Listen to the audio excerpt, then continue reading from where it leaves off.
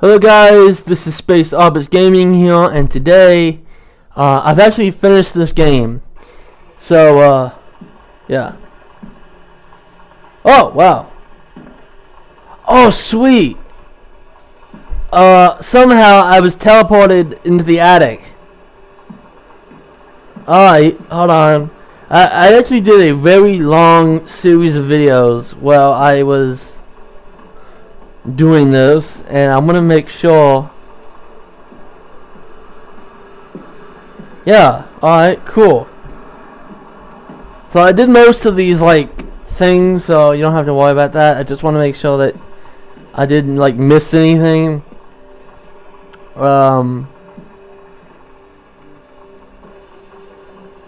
Yeah, alright. So I guess this is going to be part 5. I actually finished this game in part 3. I didn't realize that you could actually go through more sections. I didn't particularly realize how, but so yeah, I mean, this is gonna be part 5. Fuck. So don't mind the cursor thing. I'm sure you can see the cursor. Don't mind that. So what I'm going to be doing, because I want to talk before I go into the attic. I want to talk about what I thought about the game. And what I thought about the game was, it was actually kind of interesting. When I got to the attic and the game gave me the credits, I was like, what? No! No, it's like, we never went in here. We never went out this area. I was like, how do we get into that, you know? And it's just like, there's a whole section of the house you just never entered. How's this the end? And we got in there in part 4, and I think it's about 2 hours. So I mean, this is an interesting game for what it is. I actually enjoyed it a lot. Lonnie came over today, but everything was different. She was sitting at my desk chair. Can I please just not have you talk? Please, I don't want to hear you talk. Just the words can be up there, I don't care. But I don't want to hear you talk. So I mean, for a game that is free, I mean, this is definitely a free game in my mind. I'm actually very happy that I could play it. It's this game is probably about $5. That would be the amount I would pay for this. Is $5. I think any more than that, and you're kind of going a bit overboard in that aspect. But I mean, for a free game for this month, actually, I think it was very good. I have no complaints about it at all. It was a very interesting game. So you know what I'm going to do? Is I'm going to now go into the attic, and I'm going to let the thing talk, and I'm going to shut up.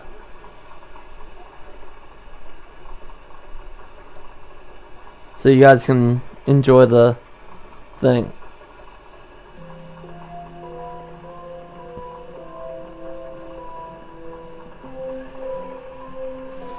All the other things I think I've done.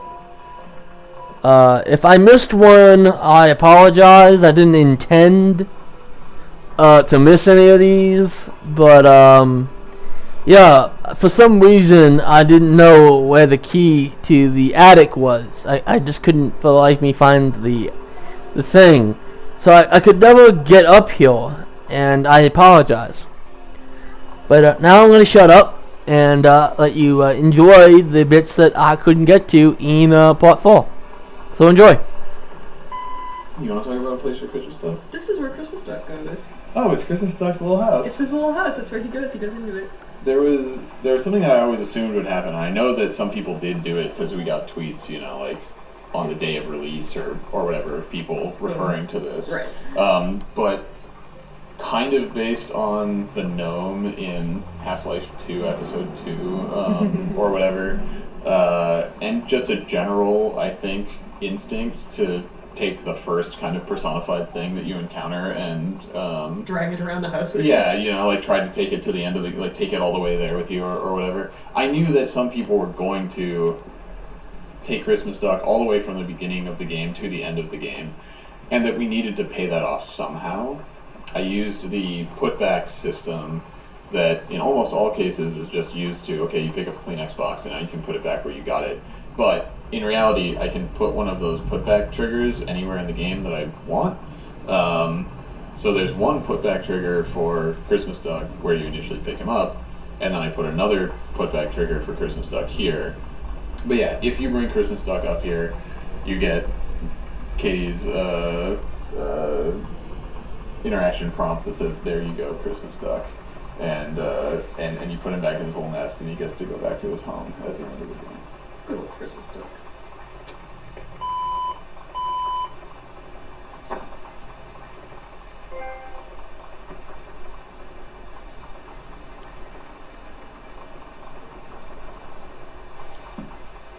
She doesn't talk?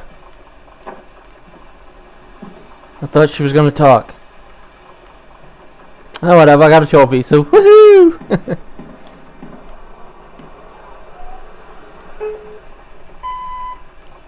I think this is one where I love the way the music makes it so uplifting.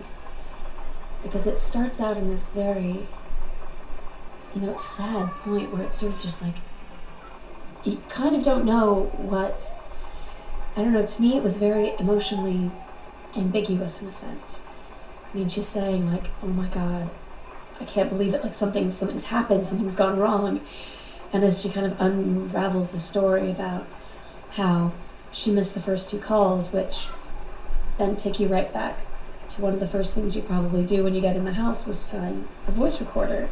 So I love how it loops it around, and then it starts building this positive feeling of like how this isn't the end, and we are going to see each other again. And there's this wonderful elation that she sort of dawns on in a funny way, and that it's just it's so hopeful, and it's really nice to connect to that and just try and express a little bit of levity after so much weight has built up over the course of her life in this little window. Yeah.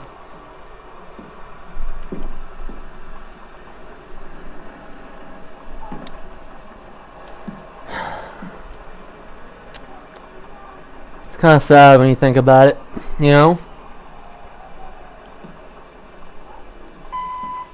It's one of those things where we had always wanted to, well, we had wanted to pay off Sam's darkroom by letting you go in it and see photos that she had taken, and B,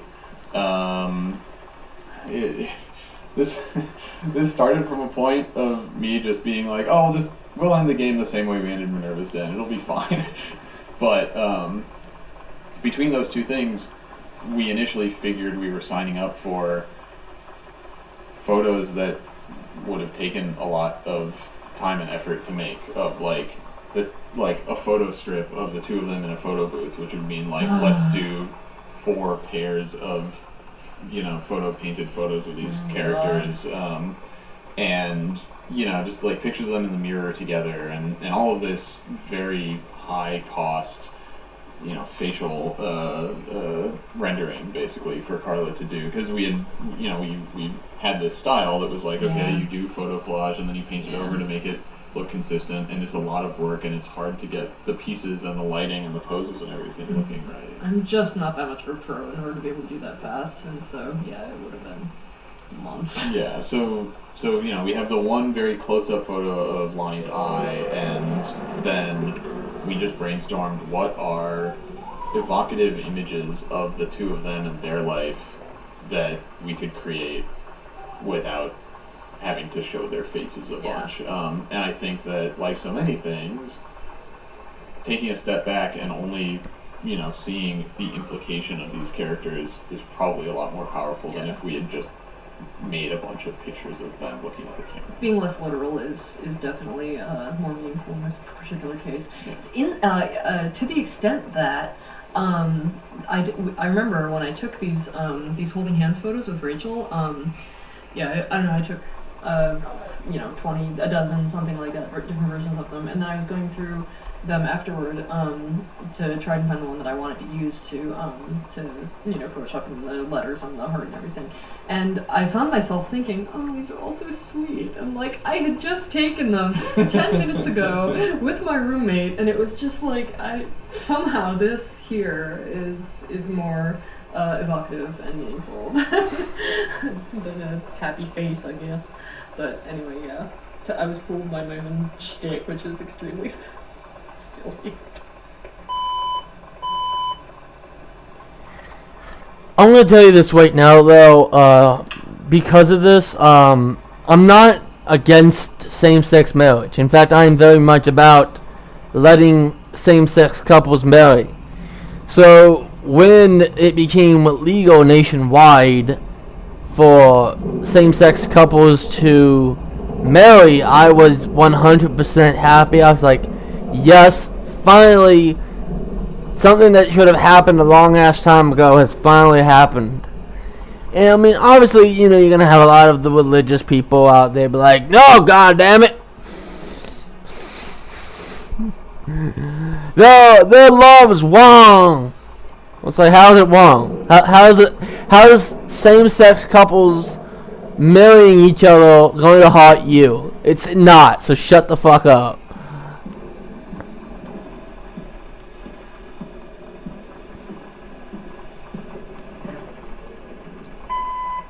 So this is the last room in the game, or at least the last room chronologically in the story. You made it. You did it! Yeah, this is where you find Sam's journal that you had been hearing diary entries from, and it's revealed, or I guess implied retroactively, that the game has been taking place in a flashback basically, and Katie read Sam's diary that was addressed to her and is now thinking back to what she saw in the house. So thanks for playing through with commentary mode and listening to us and Yanaman and Kate and Sarah Grayson and Chris Remo and Corin Tucker from Heavens to Betsy and Slater Kinney, who, again, thank you to her for taking her time to record some of her recollections and thoughts for this. But yeah, just thanks for playing, and we hope that you got something good out of all of our jibber jabber. It's okay if you didn't. Bye, everybody. Bye. Goodbye. Love you. Yeah, I guess. Wow. Alright, so there you go, guys. If I missed any single thing, if I somehow didn't find all these little things and you didn't get to hear it, let me know where I missed it, if I did, and I will make a quick video to capture that, because I want to give you guys as much content out of this as humanly possible. So, yeah, guys, I hope you enjoyed this finishing up of this commentary thing,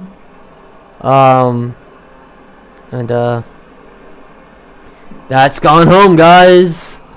In about as much as I can think of. I think I did everything, basically. Like, I went in all the rooms, I believe. I probably didn't look at everything that you could, like, read or whatever, but for lack of a better word, I've done everything. So, I hope you enjoyed my 5-part series on Gone Home. It was a very interesting game, a bit short, but these kinds of games don't have to be long to be good. So I enjoyed it. I don't know about you guys when you played it, but I enjoyed myself immensely. I was actually very relieved to find out that you didn't have to worry about like ghosts or demons or anything jumping at you. You know, it's just the thunder. It's just the creaking of the house. That's all there was. And I appreciated that a lot, because it's like I hate anything that's like horror based or scary in any way. And you know, I mean that creaking noise at one point actually got me, and I was like, what? I was like, is there something I'm missing? You know, I don't know what part it was, but yeah, I was like, what was that noise? It's like, am I missing something? Is there something in this house that I don't know about? You know, I mean, I think the creepiest thing about this was when the light went out. It was like one of the only thing that was like meant to happen. So when you look at the cross, the light goes out. And that fucking terrified me, because it's like, oh shit, is there something behind me? But I'm happy to know that that was just like a one-off thing, and nothing bad was gonna happen. So yeah, now I guess the only thing I have to do now is wait for this damn thing to finish. And hopefully get something worthwhile. Because at this point, it's beginning to look like I'm going to have to wait until tomorrow before I get anything really done. Because it's like 6:10, and it's like, I'm kind of getting pissed off that it's taking this long. But, you know, it happens. Can't help it. See you later, guys.